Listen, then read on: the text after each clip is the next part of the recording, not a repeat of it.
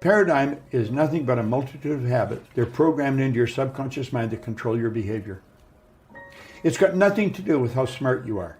It's got nothing to do with what your formal education is. It's got nothing to do with which side of the tracks you come from. Mm-hmm. It has to do with your paradigm.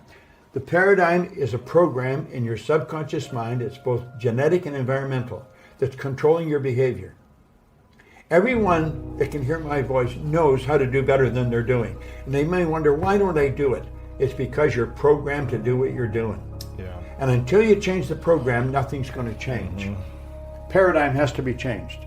It's already happened intellectually the second you think about it. It's already happened emotionally when you're emotionally involved with it. So it's only a period of time until it manifests in physical form. But because it's not in physical form, we act like we haven't got it yet. That's why most people stay stuck, because they're acting like they haven't got it yet. So you see yourself, your imagination, you got to be that person.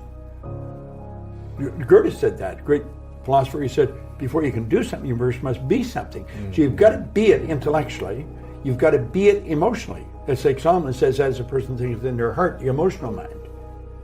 Well, it's only a period of time until it manifests physically. That's one of the first laws of the universe, is the perpetual transmutation of energy. Energy is moving into form, always. So we cause it all to happen the way we think and the way we stay locked into ideas. I think you build the image of what you want, but everything you create twice. Once in here, once out here. So we have to see ourselves with what we want here. Now we've got enormous deterrent in our paradigm. We're conditioned genetically and environmentally, and that conditioning is controlling most people's lives. That's why brilliant people are broke. Brilliant people are unhappy. Brilliant people never really accomplish very much. They're absolutely brilliant, but their paradigm is controlling them. And then there's environmental conditioning. We know almost all welfare recipients are fourth, fifth generation welfare recipients.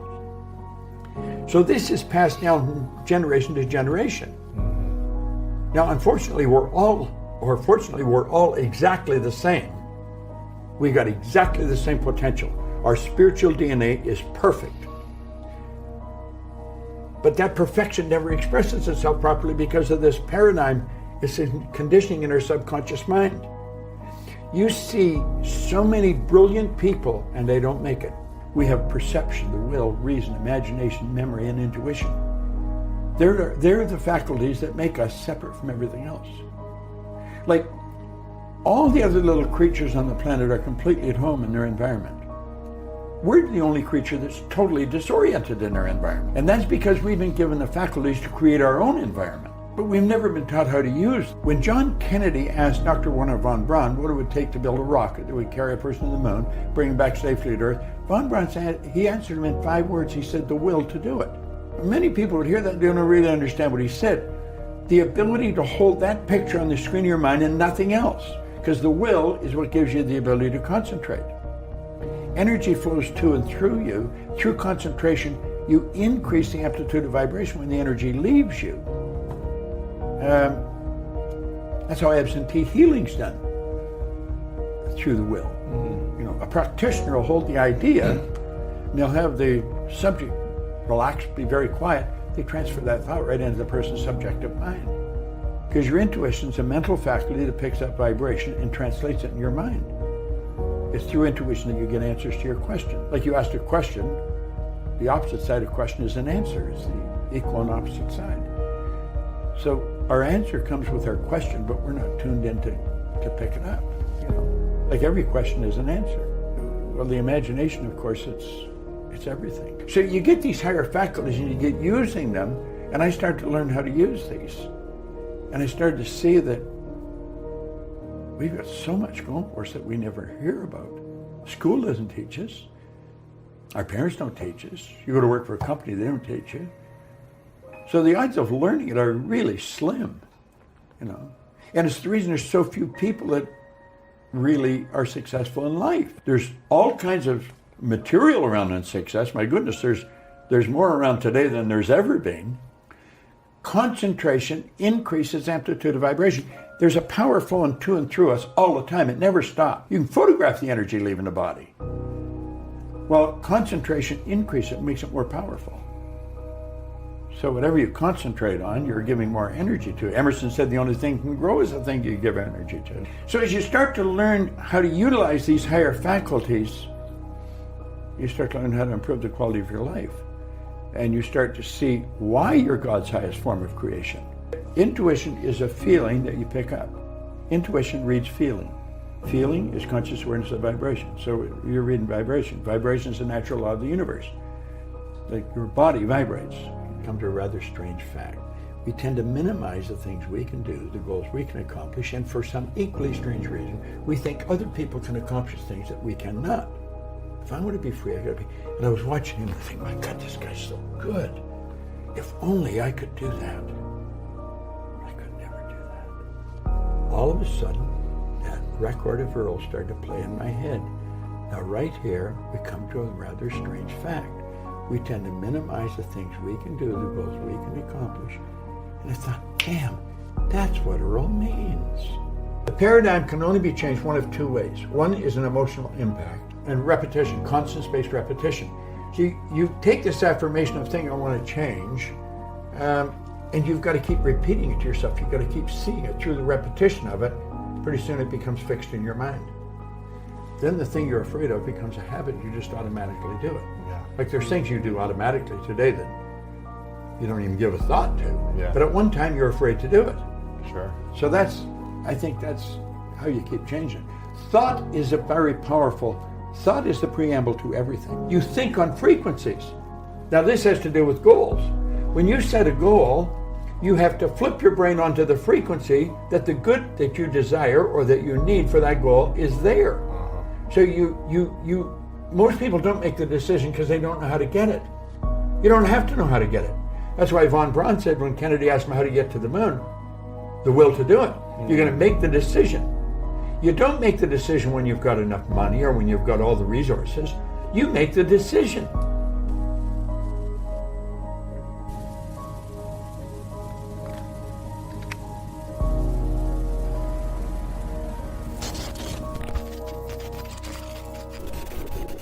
A lot of times I think people have this misconception that, if you practice something in the morning, people say to me, Dhanapani, if I practice meditation for 10 minutes every morning, is that going to affect my life? Yes, but what are you doing the remaining 23 hours and 50 minutes? If you're doing things that counteract what you're doing in the morning, then it doesn't help. If you exercise for 10 minutes in the morning and the rest of the day eating, fish and chips and drinking beer and pizza, laying on the couch, it's not going to help. So the people I work with have kind of changed over the years. And I would say in the last 2-3 years, the people I worked with, what they really want to know is I think they've come to the realization that they know very little about the mind.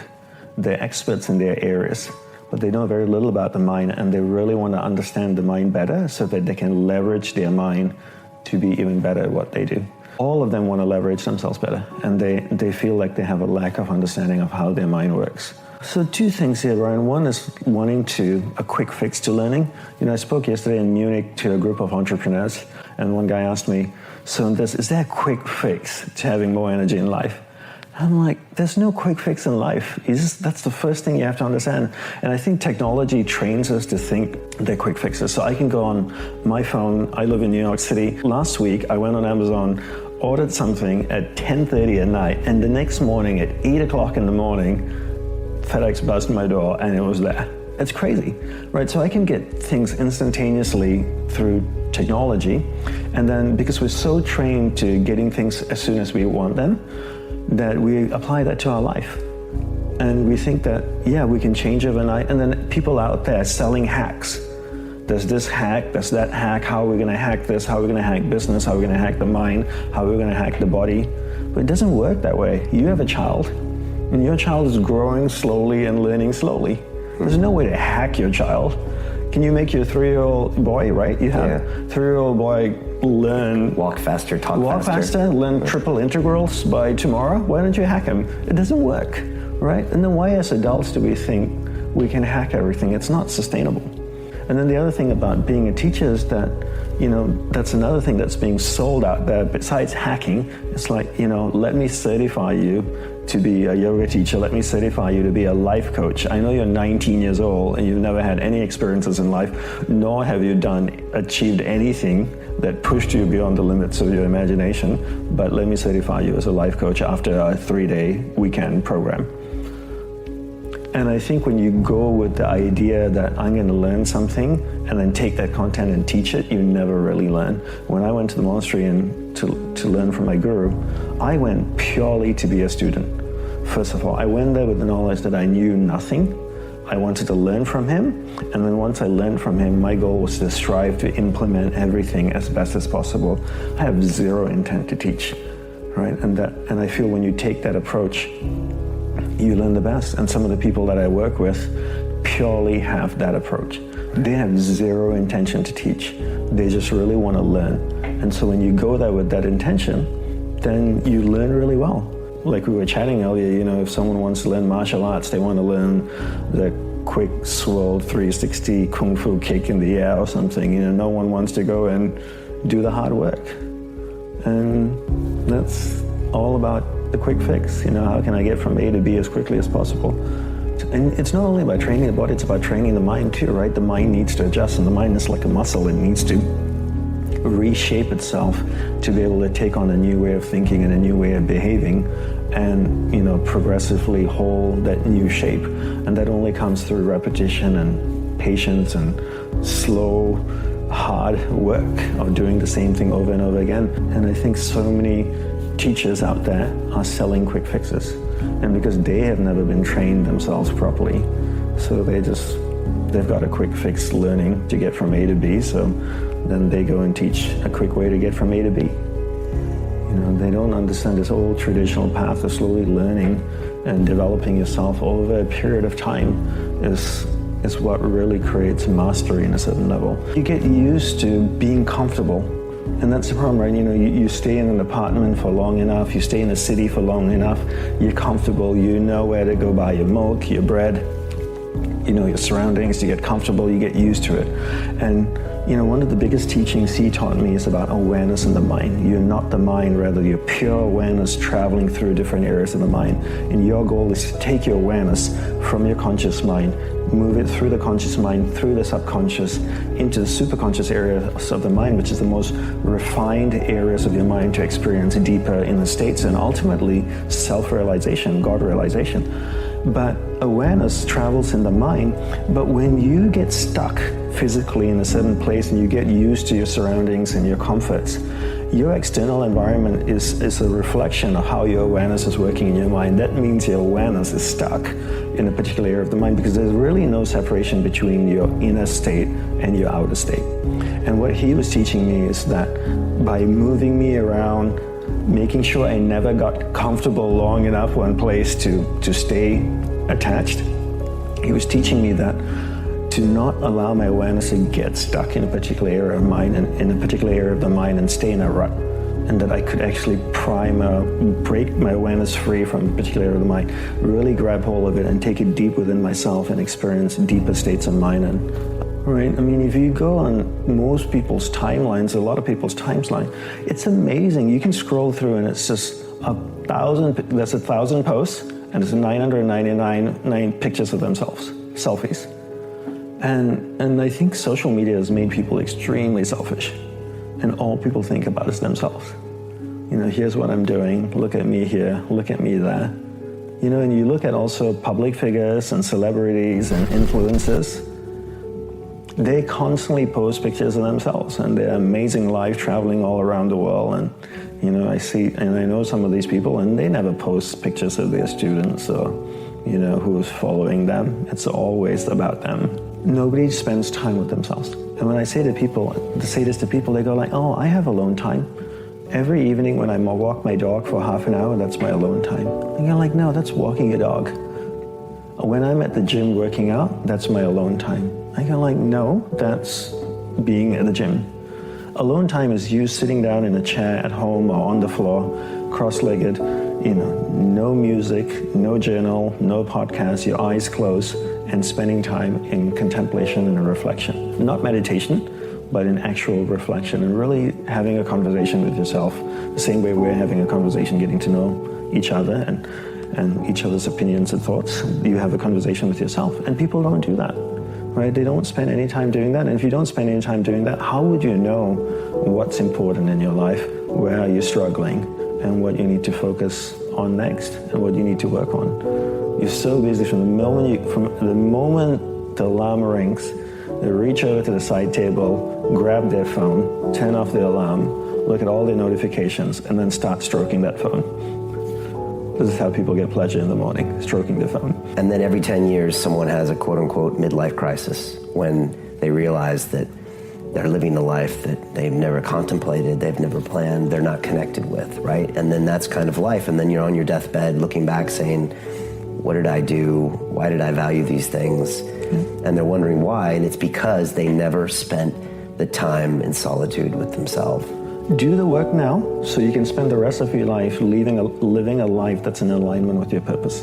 Once you figure out what you want now and what your purpose in life is, then you can spend the rest of your life living a life in alignment with that purpose. And talking about deathbed, when my guru was dying, one of the last things he said on his deathbed was, what an amazing life. I would not have traded it for anything in the world. What an amazing life. I would not have traded it for anything in the world. Now, what words to hear from a dying man? To be able to look back on your life and say, that was freaking spectacular. So when you're so determined, when you're so clear what you want in life, and you're so determined to get it, and you're willing to give up everything and everyone for it, then you're living a life in alignment with your purpose, and then you can spend the rest of your life in sync with who you are, as opposed to chasing so many different things around you that sparkle, whether it's, I want to be like that person, and I want to do this, and that sounds fascinating, maybe I'll try that for a few years. You meet kids nowadays that are 18, 19, 20 years old, and you ask them, what do you want to do? What are you studying at university?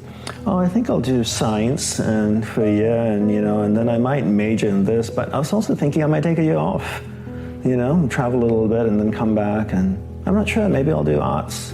I'm kind of interested in this topic. How do you not know what you want to do? We have one life. You don't get a second shot at this. Get clear what you want. As a generation of people, our survival is better organized than ever before. We have ability to communicate like never before. We have comforts and conveniences that nobody had ever imagined, this generation. But also, certain things happening. One thing is, there are more people on the planet today thinking for themselves than ever before. Otherwise, a religious book was thinking for them, a priest or a pandit or a mullah was thinking for them, or there was one wise man who was thinking for them. Now, for the first time, a huge, massive number of people are thinking for themselves. Well, you can debate always whether they're thinking right or wrong, all that thing, but at least they're thinking. When I say thinking, what happens to thought process is, see, if two people get into an argument, both the people think the other person is illogical. That means in their mind, there is a certain logical pattern. However illogical somebody may seem to you, in his mind he has his own logical pattern. Once this pattern sets up that there needs to be some logic for you to come to a conclusion about anything, then many fanciful things that you believe, like your journey to heaven and what is up there and all these things, they start collapsing. If you look at this generation, let's say 2 generations ago, how many people in UK thought they will go to heaven? And today, how many people think they're going to heaven and they're preparing for it? Has come down dramatically. 80% heavens have collapsed in people's minds. Still they don't dare to say that because there is still fear. But in their minds, the aspiration of going to heaven is largely collapsed. So when heavens collapse, what will human beings do? They will try to find it here, which is a very good thing. But if you don't show them any way to find a heaven within themselves, that is when at least 80 to 85% of the population today is on alcohol or some kind of drug happening simply because they are trying to build their own little heaven. Because The other heaven that was promised for a long time has collapsed in their minds. We have come to a place where to grow our food, we need chemicals. To be healthful, we need chemicals. Today, 70% of the population is on prescription medication of some sort. To be peaceful, we need chemicals. To be joyful, we need chemicals. To be ecstatic, of course, you have ecstasy. So we are going towards chemicals in a huge way. The water that you drink is full of chemicals, the air that you breathe is like that, and the food that you eat is like that. So if 90% of humanity goes into chemical consumption, consciously or unconsciously, they consume a lot of it, the next generation that we produce will be of a lesser quality than who we are. That's a crime against humanity. Now, generally always the next generation is better than the previous generation. But today we are coming to a place where we could be producing a next generation which is less than us. Once that happens, we have done something very negative against the fundamental life process. So right now, chemical is the net, it's not another trapeze, it's a net that you can fall into and people experience their own little heaven. Well, it ruins you in so many ways. See, anything… this is not a moral issue for me. What I'm saying is, the important thing about life, whether it's a grasshopper out there or you, both of us are striving to be the fullest possible life that we can be.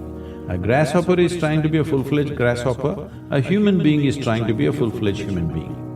So suppose you cut off one of grasshopper's legs which is supposed to hop, the hopping leg, if you take it off, have you enhanced its life, I'm asking you? No. So similarly for a human being, if you take away any of his faculties in any way, even temporarily, have you enhanced his life? No. So intoxication is just that, it is taking away your faculties for a period of time, but if you continuously do it, it'll take it away for your life. So you're taking away or subjugating your faculties for a little bit of pleasure, or maybe a lot of pleasure, whatever… however you wish to describe it. But the important thing is you're taking a backward step with life, because life can only be enhanced by sharpening and increasing our faculties, not by decreasing our faculties. Our ability to be active physically, mentally, emotionally, spiritually, if this is in any way crippled, this means we are taking a backward step. The greatest chemical factory, the most sophisticated chemical factory is right here. The question is only, are you a great CEO or a lousy CEO? If you are a great manager, you will produce what you want from this. If you are a lousy manager, you do wrong things, you get anxiety, you get something else, you get rubbish going on within you because you are misusing your chemical factory or you don't know how to manage your chemical factory. Every human being wants his life enhanced. If you don't show them proper ways to enhance, they will find shortcuts. See, a man who goes to the bar and a man who goes to a church or a temple or whatever, they're seeking the same thing, they're trying to enhance their life, isn't it? If you do not show them a proper way, they will take whatever ways are available on the street, that's all. That's why I'm saying it's not a moral issue for me. It is just that it sets you backward. You want to go forward, but it sets you backward. See, all human experience comes from within, isn't it? I don't know what kind of geniuses thought these things. I know in America there must be a million books telling you how to, milk happiness from something else or somebody else but all human experience is generated from within. What comes from within you must be the way you want it, isn't it? Isn't that simple enough, I'm asking? Yes. What comes from around you may not be the way you want it, but what comes from within you must be the way you want it. If whatever happens within you the way you want it, will you be blissed out or miserable? Should be happy. Blissed out. Blissed out. If you… see, most people understand complexity as intelligence. If they make themselves difficult, they are supposed to be intelligent. Making a simple thing difficult is not intelligence. Making a very complex thing simple is intelligence, isn't it? So wrong sense of intelligence, idea of intelligence has entered people's minds. They think if they make a problem out of every solution, they're intelligent. No. If you find solutions for every problem, that is intelligence. That's my understanding. See, to learn ABC, to learn to read and write a simple language like English, I'm saying simple language, just 26 alphabets. Tamil language has 212 alphabets, very complex. To learn a simple language, you take 12 years of schooling. To read, write, understand, this is all you're doing in the school. You may be reading a science book, but you don't know any damn science by reading a high school textbook, all right? So, for this you're taking 12 years. To transform your life, you want to do it in 2 minutes. So is that what your life is worth? So if your life is worthwhile, is it not important that you invest a certain amount of time and energy rather than looking for this stupid stuff of one mantra with which I will transform my life? It will not happen like that. That's the reason why most people have remained the way they have remained, because they've not invested in their well-being.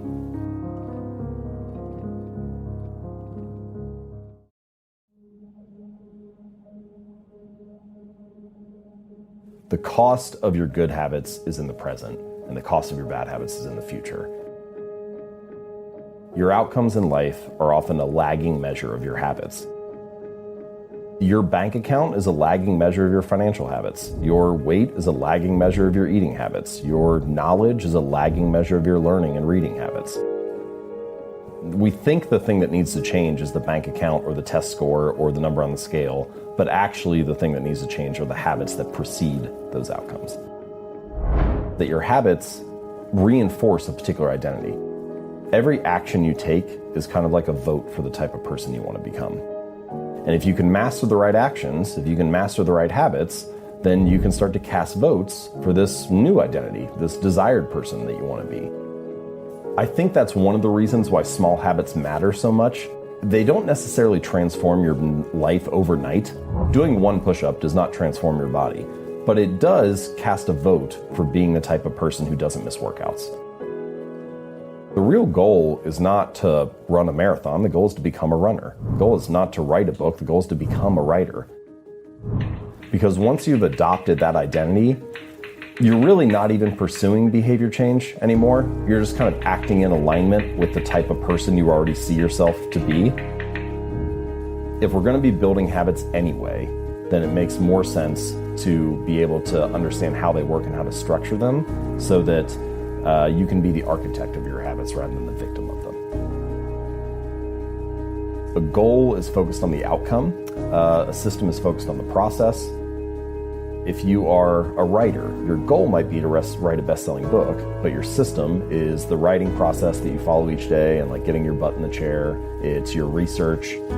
What if you ignored the goal, right? If you say forget about the goal and focused only on the system, would you still get results? We live in a very outcome-focused society. Things are only news stories or shared on social media once they're a result. So the results of success are very visible and easy to view. Like, what is the difference between eating a burger and fries for lunch or eating a salad? Not a whole lot on any given day. Your body looks basically the same in the mirror. The scale hasn't really changed. It's really easy to dismiss it in your mind and say, oh, this is kind of insignificant. But, you know, you turn around 2 or 5 or 10 years later and you realize, oh wow, those daily choices really did add up. It's just much harder to see on a granular basis.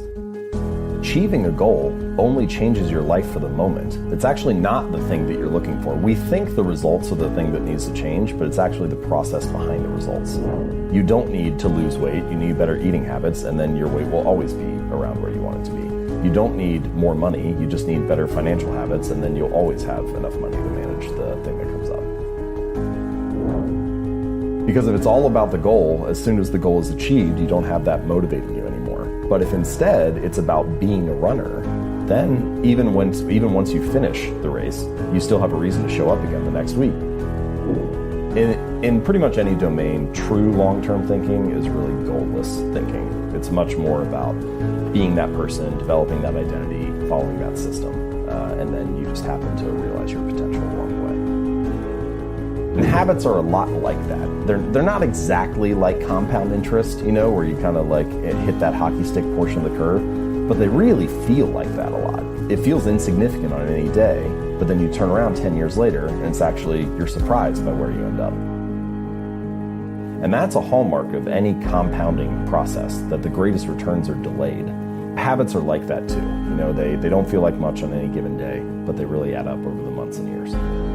You go to college now, and then you graduate in 4 years. You save for retirement today, and then you retire decades from now. You show up at work this week, and then you get a paycheck in a month. And so it's actually like, there are all kinds of things we do in modern society that require you to delay gratification. So there's an immediate outcome, an immediate reward, and then an ultimate reward. And for your bad habits, one reason bad habits stick so readily, that they form so easily, is because bad habits, often the immediate reward is favorable. Meanwhile, good habits are often the exact opposite. The immediate reward of going to the gym, or going to the gym for like a week, isn't really that great. Your body's probably sore. You don't have much to show for it. Your body looks the same. Your weight hasn't really changed. But if you stick to that for 6 months or a year or 2 years, then the ultimate reward is favorable.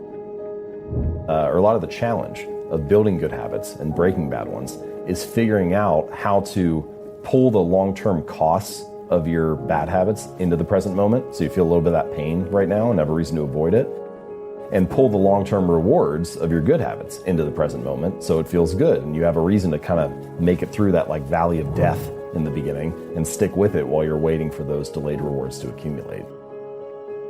The ultimate form of intrinsic gratification is a reaffirmation of your desired identity. If your desired identity is, I'm the type of person who doesn't miss workouts, or I'm an athlete, every time you're doing a squat, literally you can be in the middle of the rep and you're already getting gratified because you're acting in alignment with the type of person you want to be. It takes a little while to get to that point where that actually feels like you. When you walk into the gym for the first time, you feel very uncertain. It's not your territory. You don't feel like it's your terrain. But once you show up again for a week or a month or a year, at some point you cross this invisible threshold where it starts to feel like, yeah, this is for me. Once you've crossed that stage, it becomes more likely that you can get that kind of reaffirmation of your identity and start to instantly feel gratified. We should let the behavior lead the way. So let the behavior drive the belief rather than the belief drive the behavior. If you're trying to get yourself to latch onto a new identity or tell yourself a new story, it's more powerful to let the behavior lead the way because the behavior provides immediate evidence that you are that kind of person. I think there's something powerful about good habits become easy habits when you can learn to find joy in delaying gratification.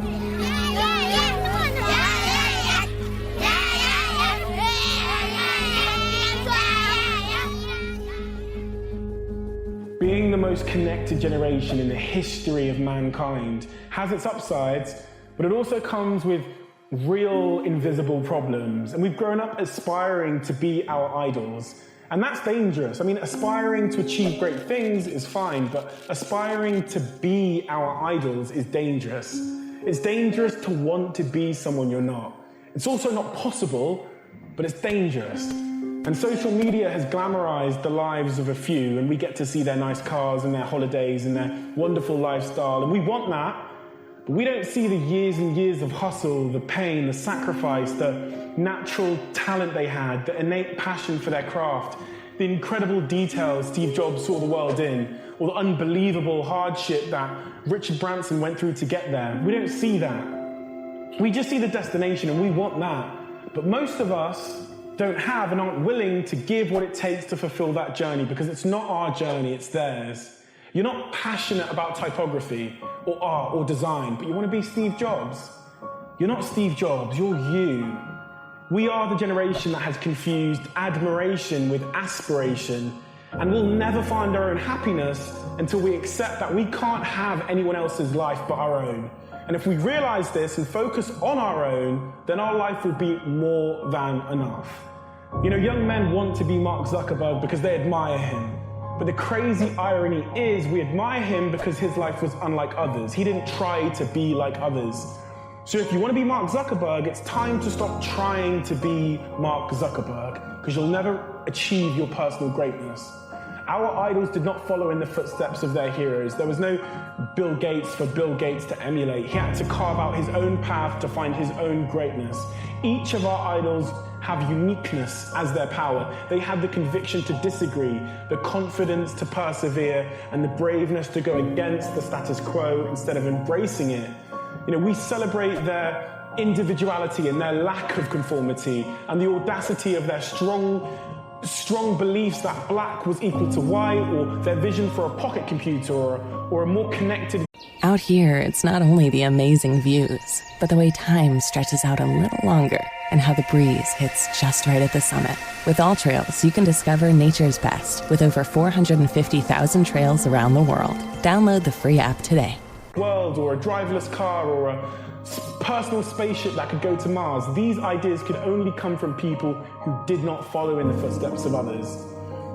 So my advice to my generation is, don't aspire to be your hero. Stop trying to mimic what you see them doing. Strive to be yourself. Visionaries are not to be imitated. They are to be admired.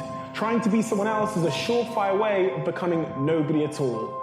The only great person you can become is the greatest version of yourself, because all the other great people are already taken. And the funny thing is, once you become the greatest version of yourself, people will see your life and they'll make the mistake of trying to be you too. There's a recent phenomenon that's not being talked enough about in our culture, and specifically in our world, which is what failure is doing in our space. And, we're sweeping under the rug a couple of the suicides in our space. We're sweeping under the rug the heavy depression and alcohol use. We're sweeping things under the rug. We want to show all the hoopla. I hate what's going on Instagram right now. Everybody living their fake life, putting up pictures of baby giraffes and hot chicks and $50,000 cash on a bed and a boat, and painting a lifestyle that is not realistic. I want to have this conversation because there is a level of talent here, and what we need to all be doing is figuring out what we're best at and going all in on that. Defining your goals, defining what the life you're trying to build is, and having a real model for what you're doing. And for me, I tried to be very clear about what I'm trying to accomplish to myself. If you're doing this thing because it means something to you and you know exactly what success looks like for you, it's nice because then you're not as distracted by the fact that so-and-so is posting photos of them surrounded by $100 bills on Instagram or on a yacht in Ibiza or whatever. You want to make sure that you're not comparing yourself to other people. You want to compare yourself against the progress you've made, because look, some people are freaks. You know what I mean? Some people are just way better than you, and they're always going to be better than you, and they're not going to have to work as hard as you. So it's if you're comparing yourself to them or just mimicking them, that's not the right approach. Everyone has their demons. It doesn't matter if they're the richest person or the most successful or the most good looking. There's some battle I feel like we're always facing. It's hard to just be I've got it all figured out in all areas of my life. The people who you feel have it most figured out are probably struggling the deepest. Thou knowest the man, thou knowest not his wrestling.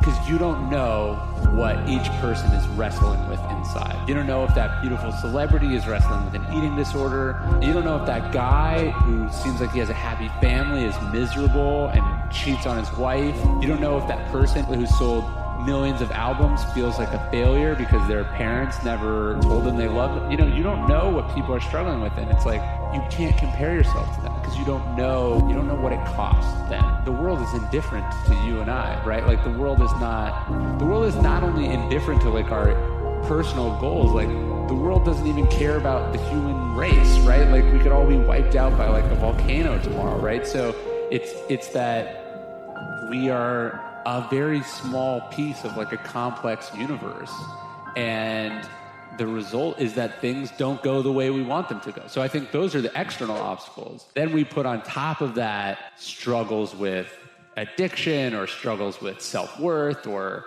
struggles with other people. We add to that things that make an extraordinarily difficult thing even more difficult. And we don't even know it.